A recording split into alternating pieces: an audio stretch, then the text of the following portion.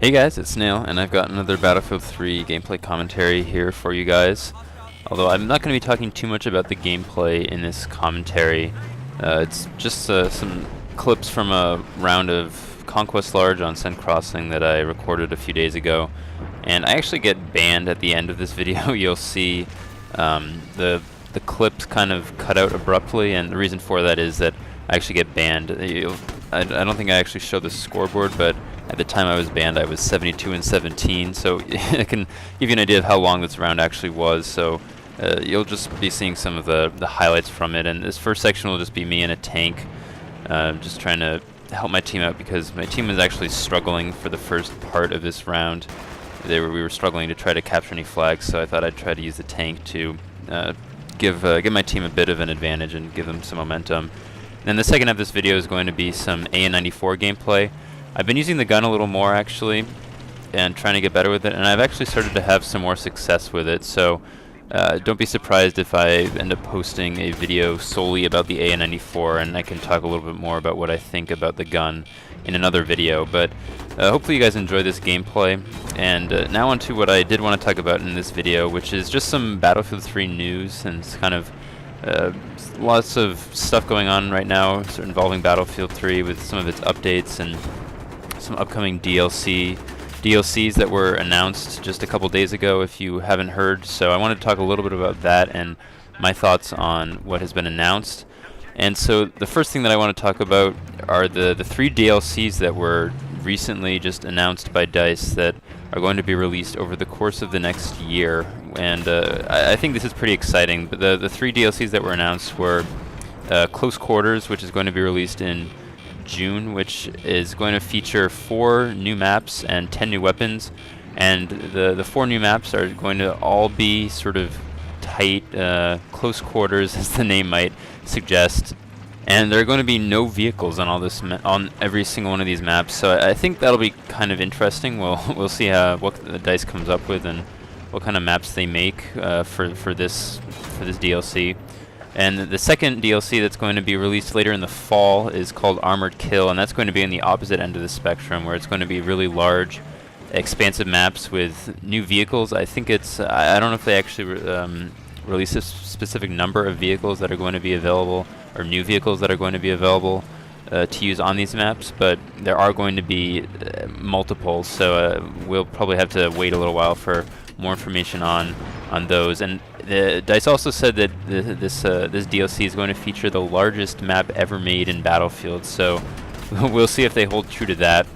And then the last DLC that's going to be released next winter, it sounded like, is called Endgame, and there's very little details about that. So I think there's been some speculation that it could incorporate a new game mode potentially into the game, but really that's just speculation at this point. Nobody has any confirmed information, as far as I know, about that last DLC. So those are the 3 DLCs that we can expect to be released in the next year. And I think this is a cool thing that DICE is doing. I'm kind of excited. I like the idea of these themed DLCs, and I think they could potentially be really cool.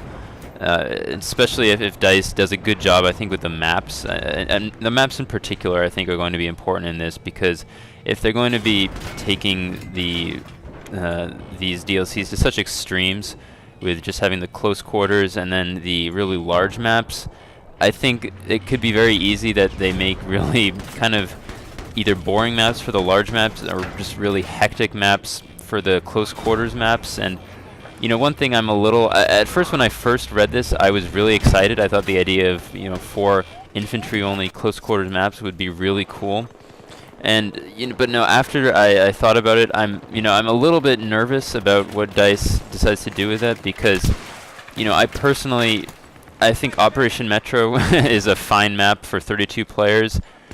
But 64 players, it just gets a little crazy, and it's a very stagnant map when you have too many players. So I'm a little bit worried that DICE is going to make these. I mean, and if Operation Metro if stuff's going to be even smaller than Operation Metro, I mean, I don't know. It seems like DICE could even be taking this a little too far, and I certainly don't want that. I think the idea of having these infantry-only maps is really cool, and I think it could be potentially really, really awesome.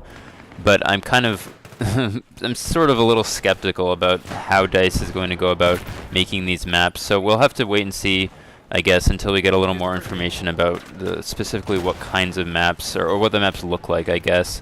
And I think next week actually DICE is supposedly going to release actual gameplay from the Close Quarters DLC. So we'll find out more about that later, or soon, I guess I should say.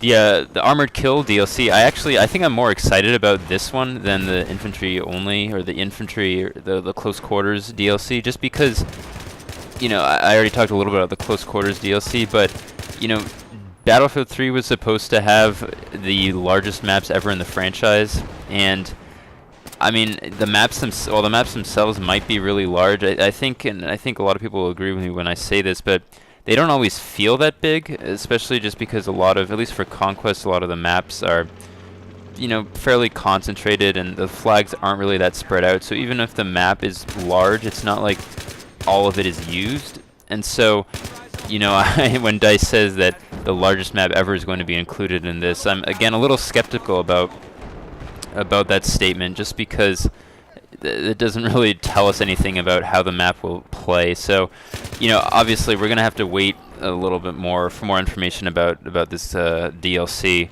But I think the possibility of having some of these larger maps with more vehicle gameplay is going to could be potentially pretty cool. So, you know, again, that is something that I'm excited about. So, you know, I'm kind of curious, which DLC are you guys more excited for? I know a lot of people really like Metro, and you see a lot of servers out there that play the 24/7, you know, 64-player Operation Metro. So I know there's a large section of the population of the people who play this game that really enjoy that sort of tight, close quarters, hectic, kind of erratic gameplay that you get on Operation Metro. So, you know, I'm sure a lot of people are going to be excited about the Close Quarters DLC, but, you know, at the same time, I really hope that DICE tries to make it so the gameplay flows a little better on those maps than it does on Operation Metro, because, I mean, frankly, on Metro, it's just impossible to flank. There's no way to flank on that map.